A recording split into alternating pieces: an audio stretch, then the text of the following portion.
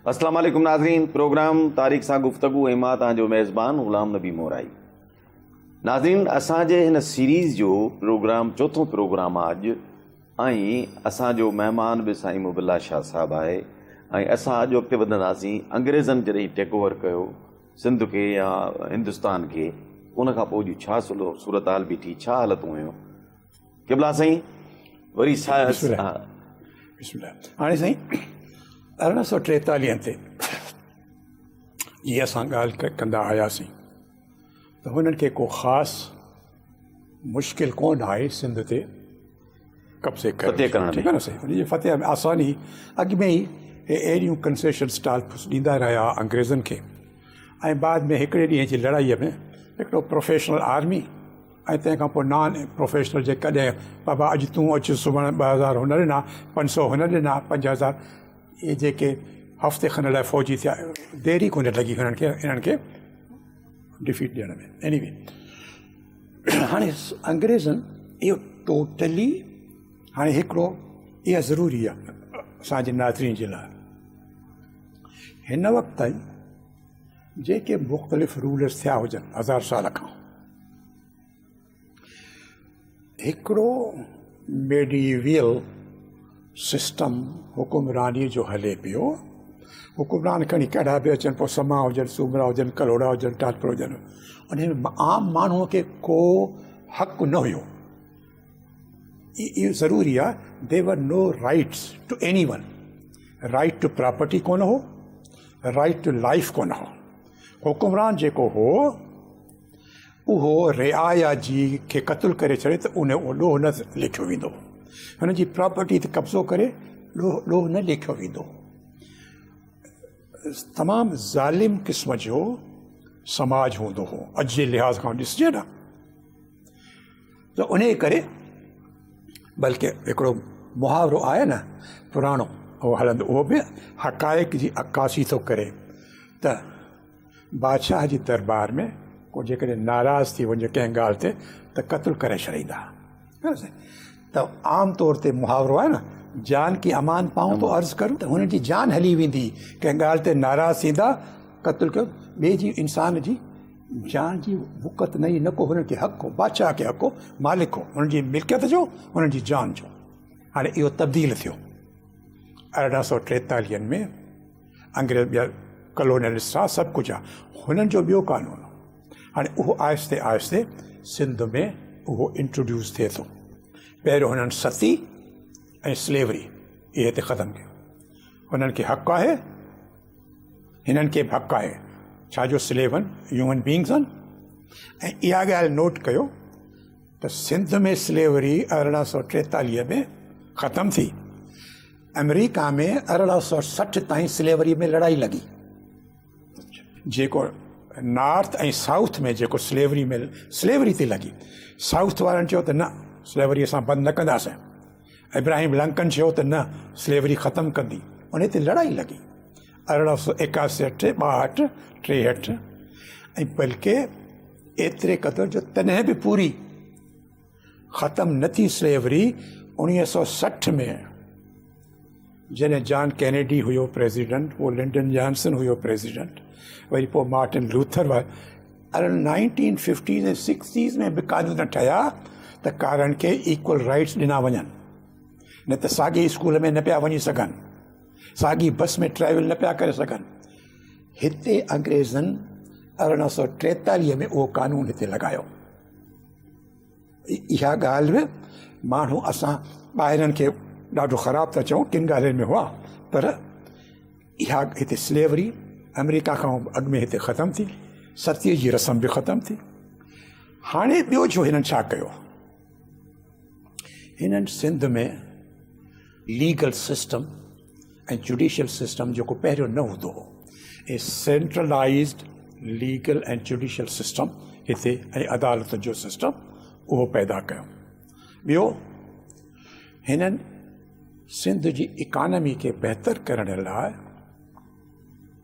छाकाणि जो सिंध जी economy ज़रई economy हूंदी, अञा उन में ट्रेड इंडस्ट्री एतिरो न हुई, त उन खे इरीगेशन सिस्टम ऐं हीअ सखर बैराज जेका आहे एशिया जो वॾे में वॾो वॾो irrigation system. वॾे में वॾो इरिगेशन नेटवर्क अंग्रेज़नि हिते सिंध में पैदा कयो ऐं इन सखर बैराज जे करे 80 लख एकड़ ज़मीन सिंध जी आबादी जेका गैर आबादी 80 लख त माण्हुनि में ज़रई पैदावार वधी हुननि जी थोड़ी prosperity, ख़ुशहाली उहा वधी इहो कयो हुननि कयो सिंध में सॼे हिंदुस्तान में पहिरियों रेलवे लाइन सिंध में थी कराचीअ खां कोठीअ ताईं सॼे हिंदुस्तान में पहिरियों पोस्टल सिस्टम सिंध में थियो इहे रिफ़ाही डेवलपमेंट जा आहिनि जेके ॿियो सिंध उते बि हिननि जी हुकूमत हुई अंग्रेज़नि जी घणनि सूबनि में पर ही सिंध में पहिरियों इहे रिफॉर्म्स आया जेको हिंदुस्तान जे कंहिं सूबे में न आया जेके अंग्रेज़नि हिते आंदा पोस्टल सिस्टम पहिरियों थियो रेलवे लाइन हिते पहिरियों थी कराचीअ जो हार्बर ठाहिण जे लाइ पोर्ट हिते उहो कमु शुरू थियो सख बैराज ते इहो कमु शुरू थियो ॿियो हुननि सिंध जी ज़ुबान ते वॾो अहसान कयो सिंध जी ज़ुबान खलोड़नि या टालपुरनि जे ज़माने में 8 मुख़्तलिफ़ तरीक़नि सां ज़ुबान लिखी या सम्झी वेंदी अल्फाज़नि जो पाण में कंसेसस न हूंदो लाड़ जी ज़ुबान अलॻि हूंदी उत्तर जी ज़ुबान अलॻि हूंदी विचोली जी ज़ुबान अलॻि हूंदी पहाड़ी इलाइक़े जी अलॻि हूंदी डेज़र्ट थर जी अलॻि हूंदी पोइ हिननि अंग्रेज़नि ख़ासि तौर ते बाटल फ्रीयर हिते कमिश्नर हुयो जंहिंजे के नाले अरबिक में लिखी वेंदियूं राइट खां लेफ्ट ते के वरी संस्कृत में लिखी वेंदी खॿे खां के कहिड़ी तरीक़े सां त हिते बाटल फ्रीयर जेको कमिश्नर हुयो सिंध जो उन हिकिड़ी कमेटी जंहिंजे नाले सां फेरियर हाल आहे जंहिंमें हाल फ्रीयर हाल आहे जंहिंजे नाले ते त बाटल फ्रीयर हिकिड़ी कमेटी ठाही जंहिंमें सिंधी हिंदू ऐं सिंधी मुसलमान ॿई बराबरि तइदाद में हुआ ऐं हुननि खे इहो ॾिनई कमु त भई तव्हां पाण में वेही तइ कयो तव्हांजी ज़ुबान आहे ॿिन्ही जी पाण में वेही तइ कयो त इहा ज़ुबान केतिरनि अखरनि ते मुश्तमिल हुजे केतिरा वर्ड्स हुजनि ग्रामर इन जो कीअं हुजे कहिड़ी लिखत में सॼे खां खॿे वञे खॿे खां सॼे वञे मथे खां हेठि वञे हेठां खां मथे घणा तरीक़ा आहिनि इन माण्हूअ खे शाबस ऐं वॾो अहसान कई त सिंध जी ज़ुबान ऐं सिंधी हिंदू सिंधी मुस्लमान ॿई इन ते मुतफ़िक़ थिया त जेको हिन वक़्तु लिखी थी वञे सूरत ख़ती अरबी स्क्रिप्ट में राइट खां लेफ्ट इन ते सिंधी हिंदू ऐं सिंधी मुस्लमान ॿई मुतफ़िक़ थिया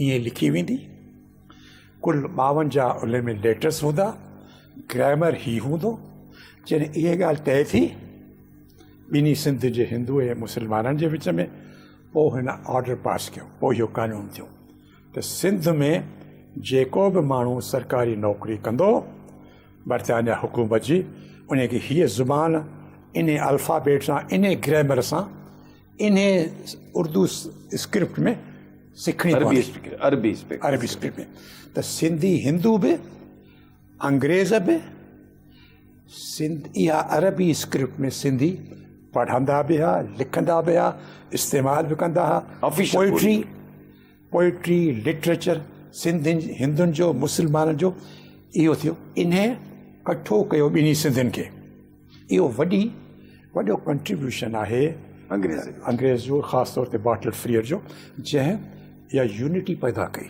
माण्हुनि में ऐं ॿियो इक़्तिसादी जेको इशूज़ पैदा थिया न त इक़्तिसादी ऐं मुआशी हालात खे बहितर करण जे लाइ पोइ हुननि खे बि रेवेन्यू मिलियो ज़्यादा पर माण्हुनि जी ख़ुशहाली जेका आई उहा बि वधी मां कॾहिं कॾहिं तारीख़ जो मुतालियो कंदो आहियां त मां चवंदो आहियां त जेको अंग्रेज़ ॾिनो आहे पूरी 5000 साल खां पोइ मुंहिंजे दड़े खां पोइ जी ॻाल्हि आहे त जेको अंग्रेज़ ॾिनो आहे सिंध खे सो असांजे पंहिंजे सिंधी लीडरशिप को ॾिनो आहे जेको क्वांटम ऑफ लीडरशिप तव्हां ॾिसो त 100 सालनि में हुन सिंधियुनि खे ॿी ॻाल्हि इम्पॉर्टेंट ॻाल्हि हू इंडिजिनस कोन आहे हू सिंधी कोन आहे पर हू ईंदा हिते त सिंधी ॻाल्हाईंदा सिंधी में उन्हनि जो असांजो रिकॉर्ड हूंदो ऑफिशियल ॿोली हूंदी पाकिस्तान ठहण खां पोइ उहो अञा ताईं बि कानून आहे त जेको सिंध में जंहिंजी पोस्टिंग सिंधी अचणु खपे, पर हिते असांजा उर्दू दान ॿाहिरि या हिते असांजा ॿिया माण्हू पंजाब खां अचनि था, कंहिंखे बि सिंधी कोन था सेखारनि ऐं को बि सिंधी कोन थो सिखे।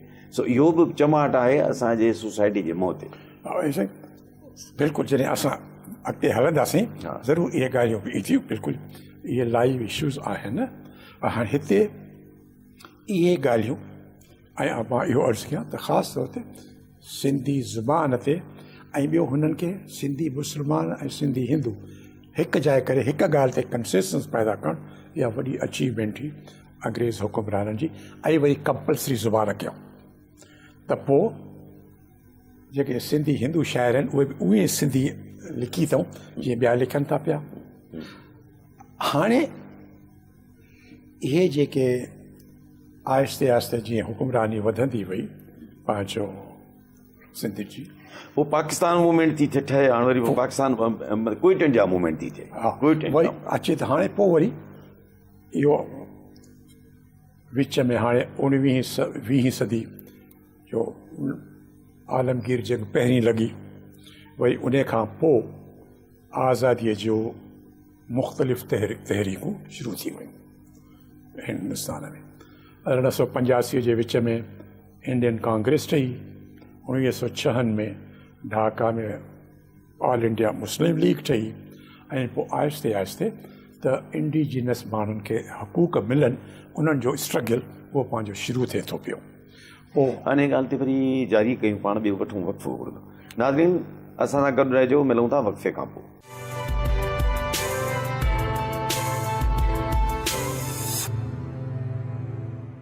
वेलकम बैक नाज़रीन जी। क़िबला साईं, हाणे ॻाल्हि बि तव्हां कई अंग्रेज़नि जे दौर जी ऐं ख़ासि तौर ते मुस्लिम लीग क्षण खां पोइ ऐं ख़ासि तौर ते हिंदुस्तानियुनि खे हुकूक ॾियण जी ॻाल्हि। हाणे साईं उहो जॾहिं उन्हनि जे हक़ ॾियण जी ॻाल्हि हली त पहिरियों त इहो हलियो त सभु हिंदुस्तानी जेके बि आहिनि, मुस्लमान हुजनि, हिंदू हुजनि, सिख या ॿियूं जेके क़ौमूं या मज़हब या फ़िक़ा, सभु गॾिजी हिंदुस्तान जी आज़ादी जे लाइ कोशिशि कई। पर पोइ के इख़्तिलाफ़ थिया, किन माण्हुनि जा नज़रिया मुख़्तलिफ़ थिया, ऐं कॾहिं इहो पियो लॻे त गॾिजी थी वेंदो, वरी पियो लॻे त न अलॻि थी वेंदा। नेठि इहा ॻाल्हि जेका थी पोइ आज़ादीअ खां अॻु में अंग्रेज़नि as a step towards independence 1935 में इंडिया एक्ट ऑफ 35 खणी आया।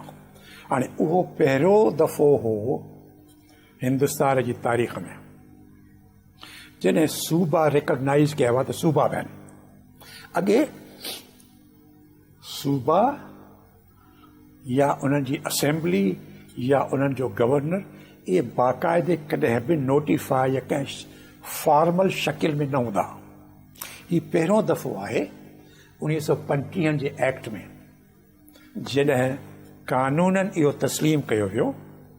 ऐं उन वक़्त में 11 सूबा, जंहिंमें सिंध हिकिड़ो सूबो हुई 11 में 11 सूबा तस्लीम कया विया त हिंदुस्तान नाउ कंप्राइज़िस 11 प्रोविंसेस, ऐं हर हिकु सूबे खे पंहिंजी असेंबली हूंदी, ऐं हर हिकु असेंबली इलेक्टेड हूंदी, ऐं हर हिकु असेंबली खे गवर्नर हूंदो जेको सूबे जो सरबराह हूंदो। हाणे उन वक़्त में जेको हाणे पाकिस्तान जो इलाइक़ो आहे, सिंध सूबो उन 1935 एक्ट में ॼाणायो वियो, पंजाब सूबो लिखियो वियो, ऐं ॿियो बंगाल सूबो लिखियो वियो। फ्रंटियर सूबो न हो, उहो 1835 में पंजाब जो हिसो हो। बलोचिस्तान सूबो कोन हुयो, उहो हिकु कमिश्नर लेवल जो प्रिंसली स्टेट, कुझु जेको बरतानिया जो हिसो उहो हो, कमिश्नर हूंदो हो कोयटा में। बाक़ी 2-3 नंढियूं खारान जी रियासत, कलात जी रियासत, लसबेला जी रियासत, नंढियूं प्रिंसली स्टेट्स हूंदियूं, पर सूबो बलोचिस्तान जो न हूंदो।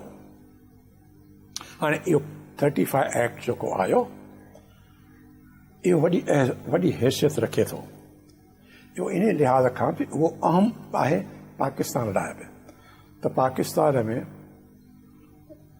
अचो त उन खां अॻु में 35 एक्ट जे तहत सिंध में असेंबली में इलेक्शंस थी, सिंध जी सूबाई असेंबली ठही, सिंध में चीफ मिनिस्टर पहिरियों आया, वरी वज़ीर आया, वरी गवर्नर थिया, त हिकिड़ी रिप्रेज़ेंटेटिव हुकूमत क़िस्म जी उहा आई। पर 1935 एक्ट खे जेकॾहिं माण्हू चङी तरह तफ़सील सां पढ़े त उन में एग्ज़ेक्यूटिव पावर जेको आहे उहो गवर्नर वटि आहे सूबे में, ऐं गवर्नर जनरल सेंटर में, इहो इंडिया में। ऐं 80% जेके रिसोर्सिस हुआ फाइनेंशियल, या 80% बजट जेका हुई सूबे जी, उहा गवर्नर जे डिस्क्रिशन ते ही। सूबाई असेंबली उन खे असर न पई कुझु करे सघे, उन ते वोट न पियो थिए, उहा असेंबली जे पावर खां ॿाहिरि हुई। सिर्फ़ 20% रिसोर्सिस बजट जा उहे असेंबली जे वोटिंग पावर में हूंदा त कंहिं कहिड़ा कम उन ते कजनि, कहिड़ा न। तॾहिं ईअं सूबाई असेंबली में बरिया क़ौम में एतिरा शाहूकार कोन थी सघंदा हाणे, तॾहिं हाणे 80% गवर्नर जे डिस्क्रिशन ते हूंदा, ऐं गवर्नर जे ऑर्डर्स खे चैलेंज करणु तमामु ॾुखी ॻाल्हि हूंदी हुई उन वक़्त में। त इहो नक्शो इहो ज़रूरी आहे, इन करे बि त पाकिस्तान जॾहिं आज़ादु थियो त 1947 खां वठी 56 ताईं जॾहिं असांजो पंहिंजो आइन आयो त 1935 एक्ट जेको हुयो इहो ई असां आइन जे तौर ते इस्तेमालु कंदा रहियासीं। हाणे इन में थोरी मुख़्तसर ॾिसो, हिंदुस्तान जी लीडरशिप तयारु हुई, हुननि छा कयो जो 46 में जेको चूंडूं थियूं तंहिंमें तुंहिंजे उन जे बुनियाद ते 47 में जीअं आज़ादी उन्हनि खे मिली त उन्हनि जा में आइन ॾिनो पंहिंजे मुल्क खे, ऐं मुल्क खे पटड़ी ते लॻाए छॾियो। पाकिस्तान जी उन वक़्त जी लीडरशिप एतिरी अहल कान हुई जो आइन ॾेई सघनि 76 जे बुनियाद, 76 इलेक्शन जे बुनियाद ते। हर को धिकींदो रहियो पंहिंजे हुकूमत खे, नतीजतन 56 वारो आइन बि कोन पास थियो न। 56 असल में आइन वञी जो पाकिस्तान टुटण खां पोइ पहिरियों 73 जो आइन आहे। सही आहे, ख़ैर इहा ॻाल्हि हाणे छा आहे, मां इन मां 2-3 ॻाल्हियूं मां इन करे 35 एक्ट खे जो एम्फसाइज़ थो कयां त उन जा घणा कॉन्सिक्वेंसिस आहिनि जेके सिंध ते ख़ासि तौर ते लागू था थियनि। हाणे 1935 एक्ट जॾहिं आयो, मूं अर्ज़ु कयो त उन में एग्ज़ेक्यूटिव खे ऐं गवर्नर खे इलाही पावर्स आहे, असेंबली या चीफ मिनिस्टर खे एतिरा पावर्स न एडमिनिस्ट्रेटिव न फाइनेंशियल। हाणे जॾहिं 47 थियो वरी इनखे असीं जोड़ींदासीं, विच में हिकिड़ो ॿियो वरी उनखे खणी ईंदासीं, पर फ़िलहालु इनखे असीं कंटिन्यू था कयूं। त जॾहिं असांजो पंहिंजो आइन इंडिया जी जेका तव्हां ॻाल्हि कई न, त 1949 में हुननि आइन ठाहिण जी कमेटी ठाही, 50 में हुननि आइन ॾिनो जेको कॉन्स्टिट्यूंट असेंबली इंडिया जी उन पास कयो, ऐं 26 जनवरी 1951 ते उहो हुननि जो रिपब्लिक डे, त डोमिनियन मां रिपब्लिक थी विया। असांजो 56 जो 53 मार्च थिए थो, पर आयो पोइ वरी उहो बि न हलियो 2 साल, पर फ़िलहालु 56 ताईं 1935 जो कानून हलियो पियो। हाणे उन मां 47 में जॾहिं आज़ादी थी, इहो त वॾी नेमत थी त हिकिड़ो ॿाहिरि जे ग़ुलामीअ मां फॉरेन कोलोनियलिज़म मां जान छुटी, इहा वॾी नेमत थी, ॾाढी सुठी ॻाल्हि, पाकिस्तान ठही वियो, ॾाढी सुठी ॻाल्हि थी। 47 खां पोइ जेके जॾहिं राइट्स वग़ैरह शुरू थिया इंडिया में, पाकिस्तान में कम्यूनल राइट्स, पोइ के नेचुरल थिया, के इंस्टिगेटेड हा, के कीअं हा, उहे हलंदा रहिया। त 1948 में अप्रैल 1948 यानी अगस्त में पाकिस्तान आज़ादु थियो, ऐं 8 महीना पोइ अप्रैल 1948 में सेंट्रल गवर्नमेंट इहो फ़ैसिलो कयो त कराची सिंध जो हिसो न रहंदी, ऐं सिंध हुकूमत हैदराबाद वञे ऐं उते पंहिंजो कैपिटल ठाहे अचूं। त कराची डायरेक्टली अची वई मरकज़ में, सेंट्रल गवर्नमेंट जे हेठां कैपिटल थी वियो मुल्क। ठीकु आहे। हाणे वरी 1935 एक्ट खे तव्हां यादि कयो, जंहिंमें एग्ज़ीक्यूटिव खे पावर आहे। कराचीअ खे छाकाणि जो असेंबली बि कोन्हे त उहो 20% जेको असेंबली खे पावर हुजे उहो बि एग्ज़ीक्यूटिव खे पावर अचे। 100% फाइनेंशियल, 100% एडमिनिस्ट्रेटिव पावर उहो अची वियो एग्ज़ीक्यूटिव खे। एग्ज़ीक्यूटिव अची वियो सेंट्रल गवर्नमेंट। सेंट्रल गवर्नमेंट माना प्राइम मिनिस्टर ऐं उन जी कैबिनेट, ऐं हेठां कमिश्नर कराची या डिप्टी कमिश्नर कराची या एडमिनिस्ट्रेटर कराची या इंस्पेक्टर जनरल पुलिस कराची। त कराची जो टोटल एडमिनिस्ट्रेशन जेको हुयो उहो एग्ज़ीक्यूटिव अथॉरिटी में जेको फ़ैसिलो 100% उहो इकोनॉमिक डिसीजन्स हुजनि, फाइनेंशियल डिसीजन हुजनि, प्रॉपर्टी डिसीजन्स हुजनि, पॉलिटिकल डिसीजन्स हुजनि, सोशल कल्चरल लिंग्विस्टिक डिसीजन हुजनि, उहे सभु एग्ज़ीक्यूटिव अथॉरिटी करे पई। अप टू 55 जॾहिं 1 यूनिट ठही पोइ वरी कराची वेस्ट पाकिस्तान सां गॾु थी वई। पोइ कराची वरी सिंध सां वापसि आई 1970 में। बिल्कुलु माना 1948 खां 1970 ये 22 साल जेको अरसो रहियो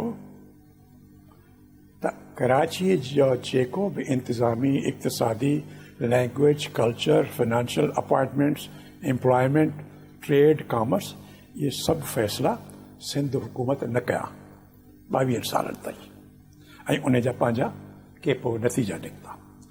हाणे ही इन करे थो चवां त 35 जो एक्ट उन जो सिंध ते तमामु वॾो असरु रहियो इन करे। ठीकु। हाणे हिते को इन पीरियड में ख़ासि कमेंट न आहे त पोइ पाण वधूं। जॾहिं 1 यूनिट टुटे थो जून 1970 में, उन खां पोइ जी सूरत हाल। हिकिड़ो ॻाल्हि इन में उनखे थोरो मेंशन कयो। अंग्रेज़ जॾहिं आया न, उहो जेको अॻे असीं पहिरें में ॻाल्हि पिया कयूं त अंग्रेज़नि इहे रिफॉर्म्स जा हेठि घणियूं ॻाल्हियूं कयूं, पर उन्हनि जो असरु कहिड़ो थियो माण्हुनि ते, सिंध जे माण्हुनि ते। आज़ादीअ खां अॻु में 47 खां 43 1843 खां 1947 इहे इरीगेशन या ॿिया कम जेके आहे कम्युनिकेशन, पोस्टल लैंग्वेज जा हुननि कमु कया। माण्हुनि ते कहिड़ो असरु थियो सिंध जे माण्हुनि ते, इहो घणियूं ॻाल्हियूं। सिंध जे हिकिड़ो मां मिसाल ॾींदुसि त हिते सिंध जा सिंधी मुस्लमान ऐं सिंधी हिंदू इन्हनि जी इक़्तिसादी हालत में हिकिड़ो वक़फ़ो वठूं ऐं इजाज़त हुजे। ऐं हिकिड़ो इन सिंधी मुस्लमान ऐं सिंधी हिंदुनि जे विच में फ़र्क़ु जेको आहे हाणे हिते ज़ाहिर थो थिए, पोइ इनखे अॻिते खणी हलंदासीं। ठीकु नाज़रीन, वठूं था हिकिड़ो वक़फ़ो ऐं असां सां गॾु रहिजो।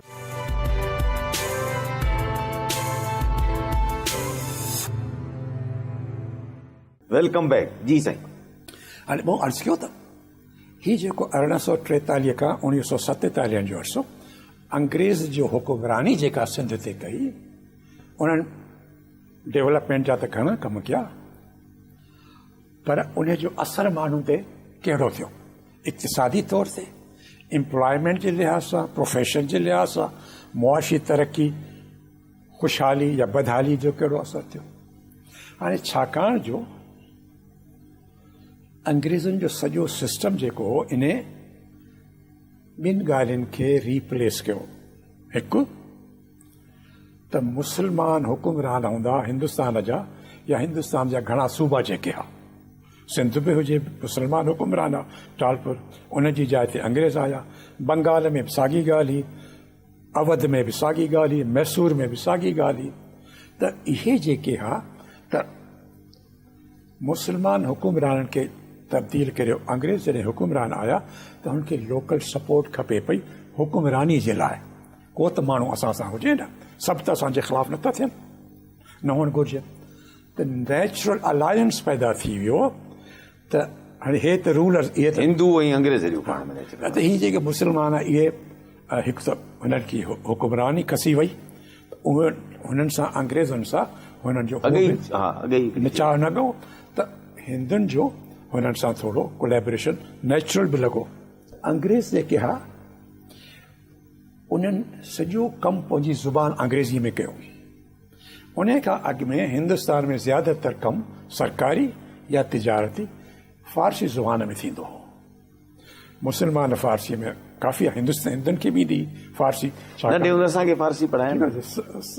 सरकारी जॉब हुजे, नौकरी हुजे, या सरकार में या सियासत में या बिज़नेस ऐं धंधे में, त ज़रूरी हो त अंग्रेज़ी ज़ुबान जेके त हिंदुनि, छाकाणि जो अंग्रेज़नि सां हुननि जो नेचुरल अलायंस थियो त हुननि अंग्रेज़ी सां उहो अंग्रेज़नि जे नेचुरल अलायंस खे तक़वियत मिलण लाइ अंग्रेज़नि बि चाहियो त जेकॾहिं असां सां कमु था कयो त असांजी ज़ुबान त सम्झो न, त हू अंग्रेज़ी ज़ुबान हुननि ज़्यादा सिखी जल्दी।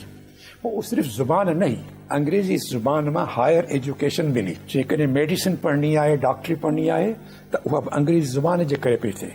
जेकॾहिं कानून पढ़णो आहे त अंग्रेज़ी ज़ुबान मां पई थिए।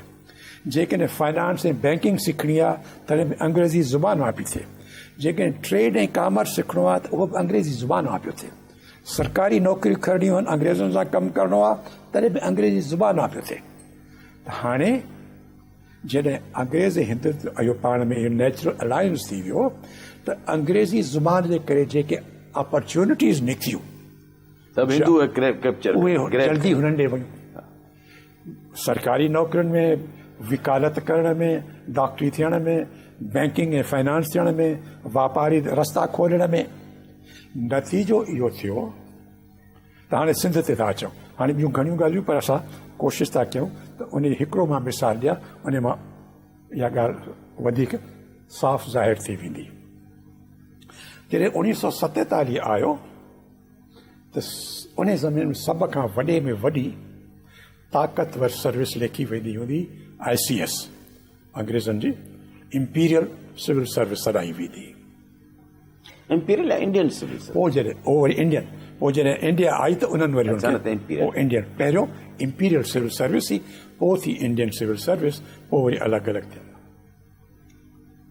जॾहिं 47 थी 1947 त सिंध जा 40 मां ऑफिसर ICS में हुआ। माण्हुनि खे इहो ख़बर न आहे, नहीं हूंदी ख़बर। हा, 40 सिंध जा माण्हू ICS आहे। उन मां 39 माण्हू हिंदू ICS आहे। Hindu Sindhi 39 ICS officers out of 40 दे वर सिंधी हिंदूज़। उहो जेको अर्ज़ु कयो न, अंग्रेज़नि सां जेकॾहिं गॾु था कमु कयो उन जा फ़ाइदा इहे पिया मिलनि त तालीम अंग्रेज़ी, ऐं अंग्रेज़ी तालीम मां पोइ इहे ॿिया प्रोफेशन्स में वञणु, सरकारी जॉब्स में वञणु, ट्रेड ऐं कॉमर्स में वञणु। त 47 में एतिरो मुसलमान पोइ हिते बची विया। पावर स्ट्रक्चर तब्दील थी वियो, पॉलिटिकल पावर तब्दील थी वियो, एडमिनिस्ट्रेटिव पावर तब्दील थी वियो, इकोनॉमिक फाइनेंशियल पावर तब्दील थी वियो। ठीकु अची हाणे अची वेंदो आहे। 40 सिंधी ऑफिसर ICS, 39 हुआ हिकिड़ो मुस्लमान, हिकिड़ो सिंधी मुस्लमान हो AGN काज़ी। ॿियो को बि सिंधी इन पोज़ीशन में न आयो। तो सिंधी हिंदू, सिंधी मुस्लमान, उहो तव्हांखे फ़र्क़ु हाणे इहो मिसाल इन करे मां ॾिनो। तिजारत में वञो त अञा ॿिया मिसाल ॾींदा, पर हाणे असांजे ॻाल्हि खे अॻिते था वधायूं। इहो मिसाल काफ़ी थो थिए त भई हिकिड़े उहे दादूअ जा, शिकारपुर जा, सखर जा, हैदराबाद जा, मीरपुर ख़ास जा, सांगड़ जा, उहे साॻे हिकिड़े पाड़े वारा Randad top most powerful service में। न पर हिकिड़ो अर्ज़ु तव्हांखे कयां, उन ज़माने में मां बि थो त पाकिस्तान ठहियो आहे त असां जहिड़ो असां वटि जनरली थिंकिंग इहा हूंदी त अंग्रेज़ी न पढ़ंदे बहराड़ी में। छो अंग्रेज़ी न पढ़ंदे? तो अंग्रेज़ी पढ़ंदे मां तो गाढ़ो कंदे। अच्छा, हाँ, ऑनेस्टली सिंधी मुस्लमान पोइ हिते पियल हो। Let's be very straight. हा, सिंधी मुस्लमान मज़हब जे ग़लबे में एतिरो हो जो उहो पोइ हिते पियल हो। कॾहिं कॾहिं बहस थींदो आहे के दोस्त चवंदा आहिनि त हिंदू तरक़ी करणु कोन ईंदा, थियणु कोन्हे। मां ग़लति चवंदुसि, छो मूंखे यादि आहे मुंहिंजा केतिरा क्लास फेलोज़ इहो अॻियां कोन पढ़ी सघिया जो हुननि माइटनि जो तूं हुन में कारोबार कंदे। हुननि खे इहो चयो वियो त भई तूं अंग्रेज़ी पढ़ंदो त मथो ॻाढ़ो कंदो, तंहिं करे अंग्रेज़ी न पढ़ंदो। सिंधी मुस्लमान काफ़ी हद ते ऑर्थोडॉक्स हुयो। उहो सोशल कस्टम्स जेके आहे उन्हनि जा, ऐं ॿियो हिकिड़ो बायस जेको हुयो त भई असांखां हुकूमत खसी वई, ॿियो ही कंज़र्वेटिव, ऐं इहो न पिया ॾिसनि या लीडरशिप चइजे, उनजो फुक़दान अहिड़ो हुयो त फार साइटेड न हुआ। उहे न पिया ॾिसी सघनि त दुनिया बदिलजी वई आहे। हे ईअं न आहे त सूंगरनि खां पोइ समा आया या करोड़नि खां पोइ टालपर आया, इहे टोटली नई दुनिया आहे। इहो विजन कोन हुयो त ॾिसनि त हिन दुनिया में अॻिते वधणु कीअं आहे। सो ऐं इहो मिसाल ॿुधाए थो पियो। साॻिए वक़्त में छाकाणि जो अंग्रेज़ जे अर्ज़ु कयो अॻाड़ो मां त यादि कयो मोहनजोदड़ो या मोहम्मद बिन कासिम या अरबन जो जेको दौरु हो हुकुमरानीअ जो, पावर ऐं प्रॉस्पेरिटी आयो पाणी ऐं समुंड जे ज़रिए। हा, पाण इहो करे आहियूं। हा, पोइ वरी जॾहिं सेंट्रल एशिया वारा आया, मुग़ल आया, अरगोन आया, मंगोल आया, पर्शियंस आया, त पावर ऐं प्रॉस्पेरिटी, पॉलिटिकल पावर ऐं प्रॉस्पेरिटी लैंड सां वाबस्ता थी वियो। अंग्रेज़ जॾहिं आया त वरी पावर ऐं प्रॉस्पेरिटी शिफ्ट थी वियो पाणीअ सां। तिजारत हाणे उन्हनि इहे फैसिलिटीज़ जेके हुयूं अंग्रेज़नि, उहे सिर्फ़ु जेके पोर्ट वारा बंदरगाह वारा शहर हुआ, अंग्रेज़नि जूं सॼियूं फैसिलिटीज़ उते हुयूं। कलकत्ते में हुयूं, मद्रास में हुयूं, बम्बईअ में हुयूं, कराची में हुयूं। ऐं जेके शहर में माण्हू हुआ उन्हनि खे उहे अपॉर्चुनिटीज़ मां फ़ाइदो वठण जो मौक़ो मिलियो। ऐं ही जेको अंग्रेज़ी तालीम ही ऐं हिंदू ऐं अंग्रेज़नि जो जेको पाण में नेचुरल अलायंस थियो, उन करे जेकॾहिं ॻोठ वारा बि जेके हा हिंदू, उहे अंग्रेज़ी तालीम ऐं जॉब्स जे लाइ शहरनि में शिफ्ट थींदा विया ऐं पोइ ट्रेड में उहे वधंदा विया, सरकारी जॉब्स में वधंदा विया। 47 में 100 साल खां पोइ मुस्लमान जेके हा सिंधी, उहे रूरल ऐं एग्रीकल्चर ई रहिया। उहो जेको लैंड बेस्ड पावर हुयो या लैंड बेस्ड प्रॉस्पेरिटी, ऐं हिंदू जेके हा इहे वरी सी बेस्ड प्रॉस्पेरिटी ऐं पावर ॾे हलिया विया, जेको अंग्रेज़नि जो मुस्तक़बिल इहो हो। त ही आहिस्ते आहिस्ते हू घटिबा विया, हू वधंदा विया। साहिब तव्हांजी वॾी महिरबानी, नवाज़िश। नाज़रीन, हीअ असांजो हिन सिलसिले जो चोथों प्रोग्राम हो ऐं अञा बि हिकिड़ो प्रोग्राम थींदो पंजो, हुन में असां तव्हांखे वधीक हक़ीक़तूं ॿुधाईंदासीं तारीख़ जूं। तव्हांजी वॾी महिरबानी।